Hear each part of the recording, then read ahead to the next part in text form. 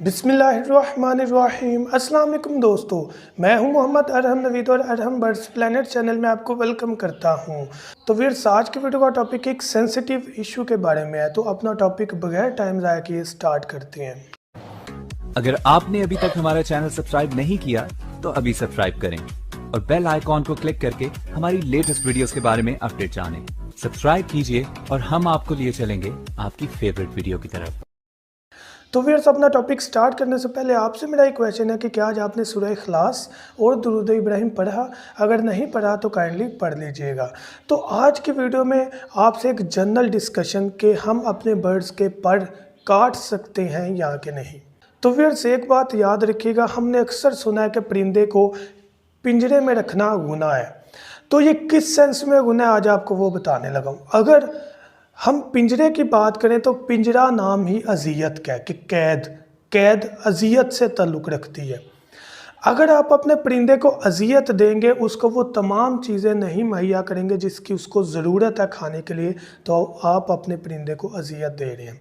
जिस तरह हम लोग क्या करते हैं कि अपने परिंदे के केज में एक बाजरा रख दिया जस्ट, और कहा कि बस ठीक है यार, शौकिया इसको पूरा करना है। अब दूसरी सेंस आती है कि मैंने अपने परिंदों से ब्रीड लेनी है, बच्चे लेने हैं, और बच्चे लेने के लिए अच्छी फीड प्रोवाइड करना।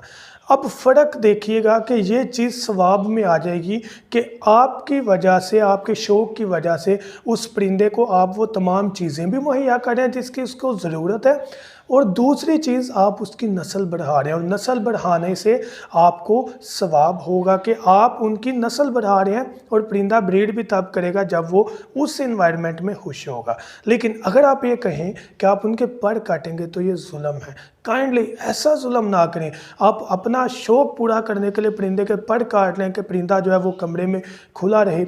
मुझे एक चीज़ बताएं कि वो पाँव के नीचे आ सकता है, वो फ्लाई नहीं करेगा। आप टेम करेंगे, पिंजरे में रख देंगे, आप जस्ट टेम के लिए उसके पर काट दें।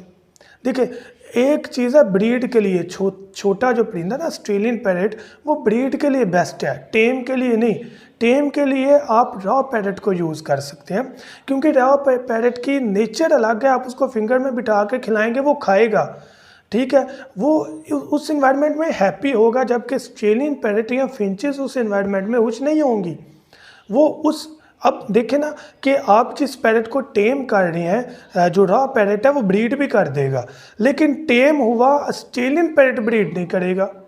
ये चीज़ 90% जो है वो श्योर है कि जब आप उसके पर काट देंगे, वो फ्लाई नहीं करेगा, वो खुश नहीं होगा इन्वायरमेंट में, अपनी उड़ान से मैटिंग नहीं कर पाएगा, तो वो ब्रीड कैसे करेगा? अगर मेल पकड़ेंगे वो फेयर में रहेगा, अगर फीमेल पकड़ेंगे तो वो ब्रीड कैसे करेगी? तो ये चीज़ जो है वो थोड़ी सी चेंज है। हाँ, रॉ पैरेट में मेल के साथ ऐसी चीज़ दिखने को मिल जाती है कि उसके पर को काटा जाता है। हालांकि मैं इसको भी गलत समझता हूँ, उसको टेम करवाया जाता है, उससे ब्रीड भी ली जाती है, ये कोई और इशू है। Raw parrot is something else. उसके साथ आप प्यार करते हैं, वो बड़ा पैरेट है, उसको आप किसी भी तरीके से चलाएं वो चल जाएगा।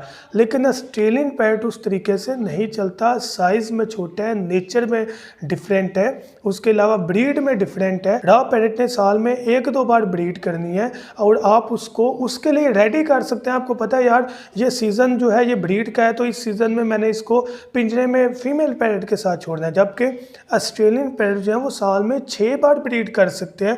तो आप कब उसे टेम करेंगे? अगर टेम करवाएंगे तो डेफिनेटली आप उसको ब्रीड से हटवा देंगे।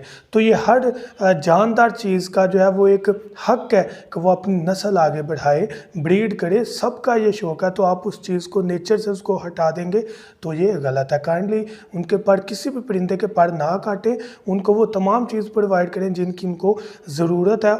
और अगर आपको लगता है कि आप परिंदों की केयर नहीं कर पा रहे तो काइंडली उनको सेल कर दें। तो मैं उम्मीद करता हूं कि आपको इस वीडियो में मेरा जो मौक़िफ़ है वो समझ आ गया होगा। Thank you so much. दुआ में याद रखिएगा। अल्लाह हाफिज़।